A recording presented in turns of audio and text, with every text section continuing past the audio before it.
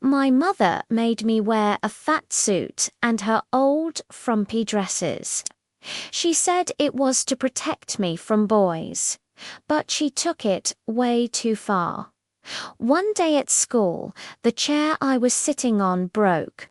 I just got up and moved to another desk, but then I heard another crack. My classmates erupted in laughter. They had sawed the legs off the chair as a prank. The guy filming the whole humiliating scene sneered that there were no more seats for someone like me. I ran out of school in tears and found the nearest coffee shop, but the moment the barista saw me, he told me I couldn't sit down. Our furniture is expensive, and we don't want it broken, he said. It turned out my classmate had already posted the video, and it was getting thousands of views every second. I told my mum what happened and begged her to let me burn the suit. "Relax," she said. "No one will remember this prank in the morning." But they did. Overnight, the video hit millions of views. I told her I wouldn't go to school unless she let me leave the suit at home. She didn't answer. Instead, she was staring out the window. I looked too and saw a woman outside talking to our neighbors, who then pointed right at our house. My mum got super nervous and ordered me to stay inside. "Stay here until I come back," she said, blocking the doorway. But the woman saw me and called out, "Daughter." To my complete shock, my mom didn't argue. It turned out I had been living with my grandmother my whole life. She had taken me from my biological mother, who got pregnant at 16. "Someone had to save the day," my grandma muttered. It all clicked. That's why I had to wear that stupid fat suit. My grandma was terrified I'd make the same mistake my mum did. My biological mother promised to save me and take me with her. My grandma scoffed, "Why now? Where have you been all these years?" My mum explained she'd been searching for me ever since I was taken, but only found me after that horrible video went viral. I believed her and left with her. We went to her tiny apartment, climbing in through the window. When I tried to turn on the light, she stopped me. "I have some rent arrears," she whispered. "I don't want the landlord to show up." The next morning, it was déjà vu. My mother handed me a fat suit. I was so hurt. She had promised to free me from it. The whole world saw how fat you were and they were touched. She explained.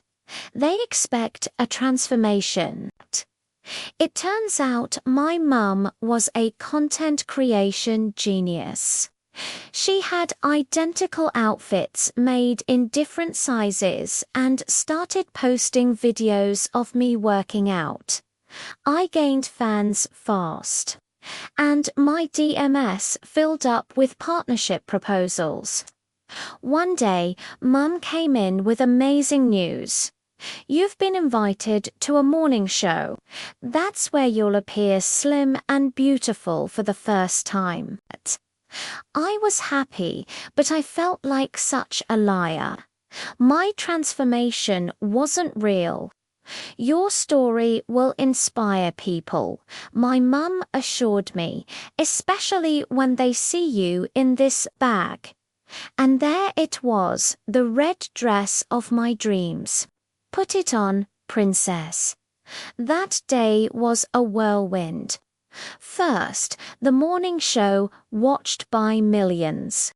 Then, my mother took me to a party where she introduced me to a wealthy man she called an influential producer. "He has a few minutes for an audition. Go recite him a poem," she pushed. The man led me to a private room. I was ready to recite my poem, but he wasn't listening. He put on slow music and told me to dance. It was so creepy. I tried to leave, but the door was locked. I was trapped. I screamed for help, but the music was too loud. Just as I closed my eyes in fear, the window shattered. It was my grandmother. She'd been watching me the whole time. She took me back to her place for the night. I tried calling my mum, but she didn't pick up. "Go to bed, dear," my grandma said softly. "The music is very loud there. She won't hear it." The next morning, I checked my phone. Not a single call or text from my mother.